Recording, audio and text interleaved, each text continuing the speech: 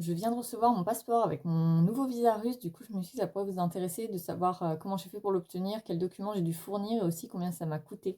Donc je tiens à préciser que je pars voyager en Russie, je ne m'expatrie pas, même si je sais que le sujet est très populaire en ce moment. Si jamais vous voulez des informations sur ça, je vous conseille la chaîne d'Alexandre Froussien, je vais la mettre en barre d'infos. Lui il connaît très bien son sujet. Donc moi, je pars simplement voyager en Russie. J'ai fait ma demande de visa via le consulat de Strasbourg. Donc à savoir que maintenant, depuis les sanctions, il n'y a plus que 4 endroits en France où on peut faire notre demande de visa russe. Donc c'est l'ambassade de Russie à Paris, le consulat, donc les consulats de Strasbourg, Marseille et Villefranche-sur-Mer. Donc moi, j'ai fait ma demande via l'agence Action Visa. Donc c'est une agence spécialisée dans les visas, vous connaissez peut-être.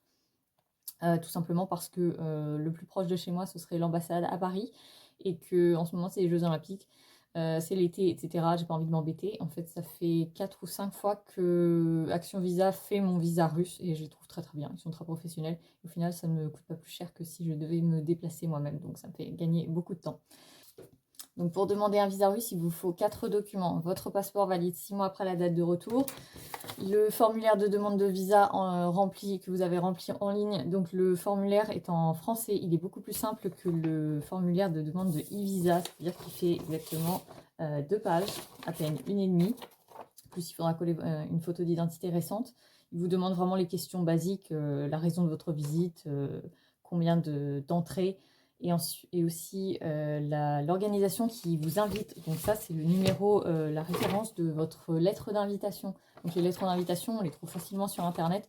Il y a plein d'agences qui en vendent. Par contre, il y en a certaines qui demandent des prix vraiment excessifs, 50, 100 euros. J'ai vu plus de 100 euros, ça vaut pas le coup. Moi, j'ai payé la mienne 13 euros. Je vais y revenir un peu plus tard. Et ensuite, il vous faut une assurance. Donc une assurance qui couvre pour la Fédération de Russie.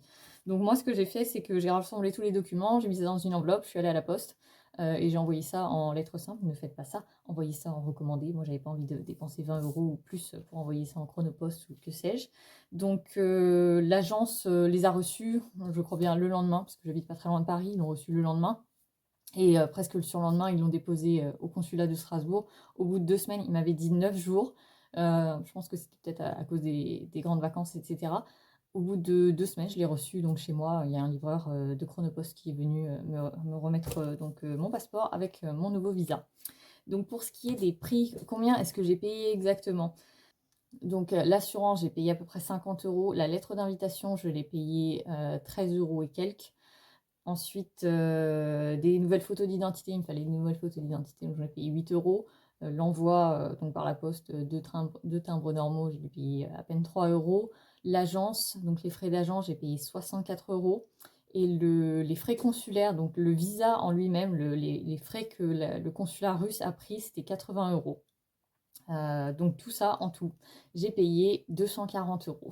Donc ça fait un petit peu cher pour un visa, surtout que quand on sait que la moitié du monde, on peut y aller sans visa. Mais donc voilà, moi j'ai payé 240 euros pour mon visa, donc d'un mois simple entrée. Donc pour ce qui est de la lettre d'invitation, il demande les endroits où on va s'arrêter, donc les endroits où on va dormir en fait. Si jamais vous prenez le transsibérien, vous n'avez pas besoin d'indiquer absolument toutes les villes dans lesquelles vous allez vous arrêter. Si vous vous arrêtez dans 40 villes, vous n'avez pas besoin. Vous en mettez juste une, deux, trois, voire quatre maximum. Ça sert à rien de tous les mettre, parce que de toute façon, personne ne vérifiera. Donc moi, je vais voyager dans l'extrême nord de la Russie. Je passe par Kaliningrad et je vais passer par Saint-Pétersbourg. Donc je suis même pas sûre de m'arrêter à Saint-Pétersbourg, mais c'est les deux endroits que j'ai mis. Et ils m'ont fourni donc 2 hôtels à Kaliningrad, l'hôtel Kaliningrad, et à Saint-Pétersbourg, l'hôtel Saint-Pétersbourg. J'ai quand même vérifié qu'ils existaient. Oui, ils existent. Donc voilà, c'était très bien. Donc quand je vous dis que personne ne vérifiera, c'est vrai. La preuve est que en 2019, j'avais demandé un visa business multi-entrée. Donc je suis restée 3 mois en tout, j'avais demandé un visa business d'un an. Je suis restée donc 2 fois 3 mois sur le territoire russe. Et j'avais mis exactement 3 villes, Moscou, Nijni Novgorod et Sochi, c'est marqué là. Je suis passée à Moscou peut-être quelques jours, 3, 4, 5 jours peut-être, voir mon ami là-bas. À Nijni Novgorod, je crois que j'ai passé une nuit, et Sochi, je ne me suis pas arrêtée. Et il s'est trouvé que le FSB est venu me chercher dans un petit village au fin fond de la Tchétchénie. Ils m'ont posé toutes les questions imaginables, sauf pourquoi est-ce que t'es pas dans les villes que tu avais marquées sur ta demande de visa. Personne n'a vérifié, ça tout le monde s'en fout. Voilà. Donc ne vous embêtez pas avec ça. D'ailleurs, évitez de mettre vraiment des villes, on va dire dans des villes qui sont dans des régions dites sensibles, donc tout ce qui est Tchétchénie, Daghestan, Ingouchi. En ce moment, les villes à la frontière avec l'Ukraine, on évite aussi, ce serait mieux.